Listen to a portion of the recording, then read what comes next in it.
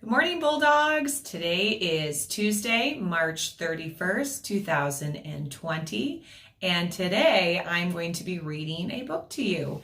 It is one of my favorites. It is called Bubba the Cowboy Prince, A Fractured Texas Tale by Helen Kettleman, illustrated by James Warhola. Once a strapping young fella named Bubba lived on a ranch with his wicked stepdaddy and his hateful and lazy stepbrothers, Dwayne and Milton. Bubba's stepdaddy spoiled Dwayne Milton to no end, but Bubba worked from sunup to sundown doing the chores of 3 ranch hands. Bubba never complained, though. He loved ranching. Dwayne and Milton spent their days sitting on horseback, bossing Bubba around. "Get them doggies along there, Bubba," ordered Dwayne. "Yeah, and watch for those cow patties," added Milton. "You know how Daddy hates when you track 'em up in the house." Now, Miss Laureen, who lived down the road a piece, was the purtiest and richest gal in the county. She owned the biggest spread of west of the Brazos and loved ranching too. But it was lonesome work, and after a while she decided it was time for some companionship. "I aim to find myself a fella," she said, "one who loves ranching as much as I do. And it wouldn't hurt if he was as cute as a cow's ear either." Miss Laureen decided to throw a ball. She sent invitations to all the ranchers in Texas. Soon the day of the ball arrived. Milton and Dwayne spent all day getting all gussied up in their finest duds. Bubba about ran himself ragged waiting on them. "Bubba," shouted Dwayne, "fetch me my bolo tie." "Bubba," shouted Milton, "get them boots polished."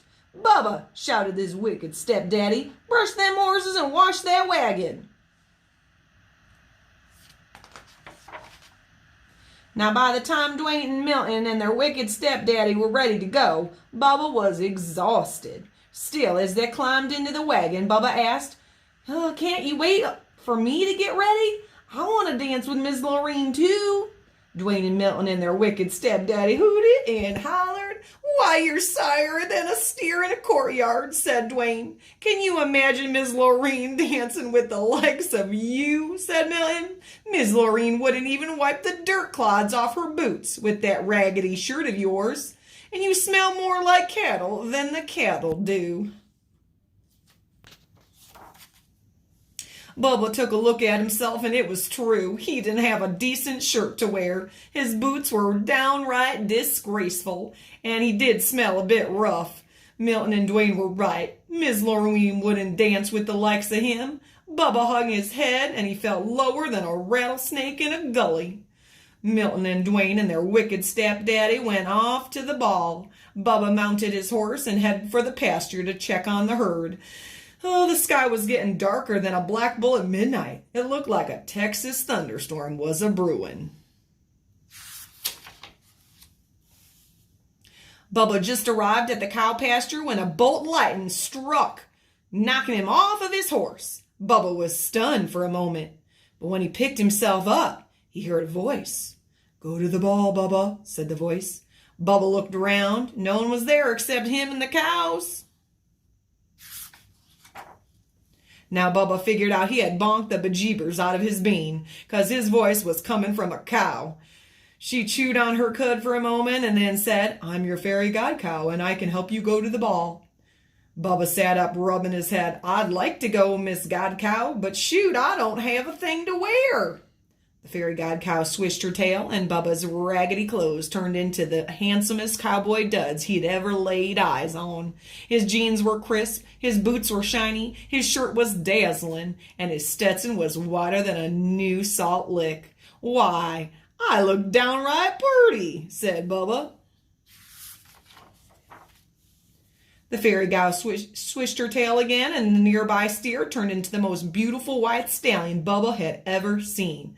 "Now go to the ball, Bubba, and have a good time dancing with Miss Laureen. But you best be home by midnight, 'cause that's when the magic runs out." "Yahoo!" shouted Bubba as he jumped on his white horse and galloped off to the ball. When Bubba arrived, the hoedown was in full swing. But every time Miss Lorene finished a dance, she yawned. There goes another $10 Stetson on a 5-cent head, she complained. Where are all the real cowboys? By the time it was Bubba's turn to dance with Miss Lorene, it was almost midnight. Soon as she saw Bubba, Miss Lorene's eyes lit up. Why, you're as cute as a cow's ears, she said. Bubba blushed, then took Miss Lorene in his arms and started dancing. Dwayne and Milton turned purple with jealousy. Who is that dude? Said Dwayne. I don't recollect seeing him before, but he looks mighty familiar, said Milton. Do something, said their wicked stepdaddy. That cowboy is winning Miss Lorene's heart. As it turned out, Milton and Dwayne didn't have to do a thing because Bubba and Miss Lorene were in the middle of do-si-doing when the clock struck midnight. Suddenly, Bubba's fine duds turned into the dirty rags he usually wore around the ranch. He looked sorry and he smelled worse. What's that awful smell? Asked Milton. Why, it's Bubba, shouted Dwayne. Bubba turned 14 shades of red, apologized to Miss Lorene, and ran out of the room. Wait, she yelled, chasing after him. But Bubba didn't wait. He jumped onto his cow and lumbered off into the night.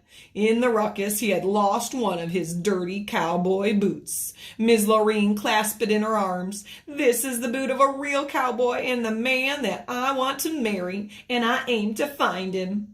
Miss Lorene went back inside, and though she asked everybody at the ball, nobody knew who the mysterious cowboy was. Well, nobody except Dwayne and Milton and their wicked stepdaddy, that is, but they weren't talking.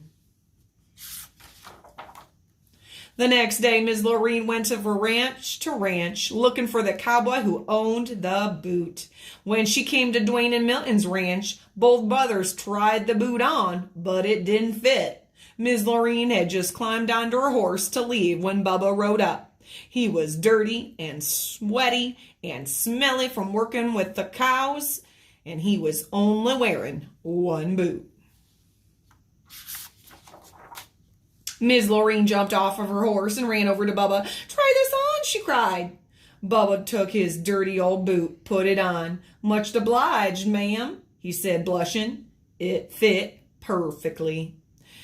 You're my prince in cowboy boots, Miss Lorene, said Miss Lorene. I'd recognize that smell anywhere. Marry me, cowboy, and I'll help me work on my ranch. Dwayne and Milton and their wicked stepdaddy threw chicken fits.